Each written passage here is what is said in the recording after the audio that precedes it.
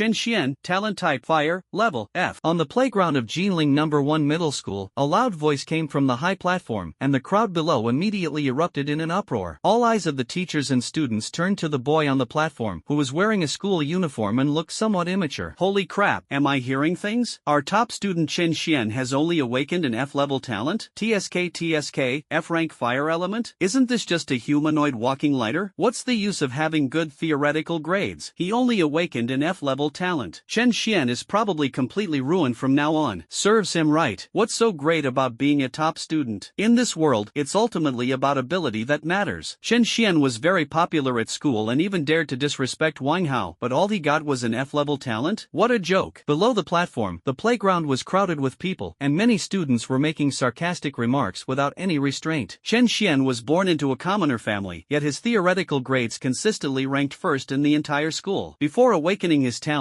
he was a prominent figure in the school. Now that he has awakened his F-level talent, Chen Xian has fallen from grace, and those who are jealous of him are eager to kick him while he's down. With the rating echoing in his ears, Chen Xian clenched his fists, gritted his teeth, and his nails dug deep into his palms. He seemed to deliberately ignore the surrounding noise. His gaze was fixed on the crystal ball in front of him, which was radiating a fiery red light. That's an instrument specifically designed to assist in awakening one's talents. The stronger the awakened talent, the brighter the light emitted by the crystal ball. However, inside the crystal ball in front of Chen Xian, although a flame could be seen burning, the light was extremely faint. He stood there stunned for a long time, a bitter smile appearing on his lips. I never expected that I would awaken an F-level talent. Based on his theoretical achievements, even if he awakens a D-level talent, his future won't be too bad. But the reality is that his awakened talent is only at the F level. Chen Xian is actually a time traveler. Unbeknownst to him, he had already lived in this world for 18 years. This is an era of spiritual revival and invasion by all races. Once a human awakens their talent, they can embark on the path of martial arts and gain superhuman strength. The higher the talent level, the greater the potential, and the greater the possibility of becoming a strong person in the future. Before awakening his talent, Chen Xian was a well-known academic star at No. 1 high school, almost always ranking first in the entire school in every exam. The teachers have high hopes for his future. Unexpectedly, all the past glory turned out to be nothing but a bubble. As everyone knows, F-level talents have almost no future and can only end up at the bottom of society. Chen Xian walked off the stage in a daze. Suddenly, a commotion erupted in the arena. The crowd erupted in uproar among countless teachers and students. Wang Hao has actually awakened the A-level Netherworld Wolf talent. Brother Hao is indeed amazing, worthy of being the eldest son of the Wang family. With A-level talent, he will definitely become a powerful figure in the future. Unexpectedly, another prodigy with A-level talent has emerged from our Jinling No. 1 high school. Brother Hao is awesome. Some were shocked and moved, while others showered them with compliments. Voices rose and fell in waves. On the high platform, a tall, proud young man slowly withdrew his hand. A smug smile played on his lips. This person was Wang Hao. He was also a prominent figure at Jinling No. 1 high school. Unlike Chen Xian, who relied on his own efforts, Wang Hao's success at school largely depended on his family background. After Wang Hao stepped down from the stage, he quickly caught up with Chen Xian, who had just stepped down as well, a disdainful sneer playing on his lips. Chen Xian, you used to be No. 1 in the whole school, but after today, you're not even qualified to carry my shoes. F-rank talent, just stay a good piece of trash and don't fucking swagger in front of me. Chen Xian glanced at him, took a deep breath, and ignored him. Wang Hao, relying on his family background, acted arrogantly and domineeringly at school, wanting to trample on anyone he didn't like. The only person who ever made him suffer was Chen Xian. Therefore, he had long harbored resentment towards Chen Xian. However, because Chen Xian had excellent grades, the teachers would always intentionally or unintentionally favor him, and even Wang Hao couldn't find an opportunity to help him. Now, however, the situation is completely different. Wang Hao's voice was loud and clear, and many people around heard his sarcastic words. In an instant, many people who had originally wanted to curry favor with him turned to look at Chen Xian, sneering as they said, Chen Xian, Hao Ji is talking to you. Are you hard of hearing? With a mere F-level talent, you dare to put on airs in front of Brother Hao? Do you still think you're the No. 1 student in the whole school? I think this kid can't handle the blow. He's fallen from the clouds to the bottom. His brain must be broken. Chen Xian slowly raised his head, his calm eyes reflecting a series of hideous and ugly faces. Many of them used to call him Brother Xian affectionately when they met him. Now, however, they are spitting in his face one after another. It's incredibly ironic. Chen Xian gritted his teeth, telling himself that these menacing people were nothing but walking corpses, and turned his head away, intending to ignore them. A crisp, synthesized electronic voice suddenly rang in my mind. Host's awakened fire talent has been detected, meeting the binding requirements. Initiating binding with the strongest flame emperor system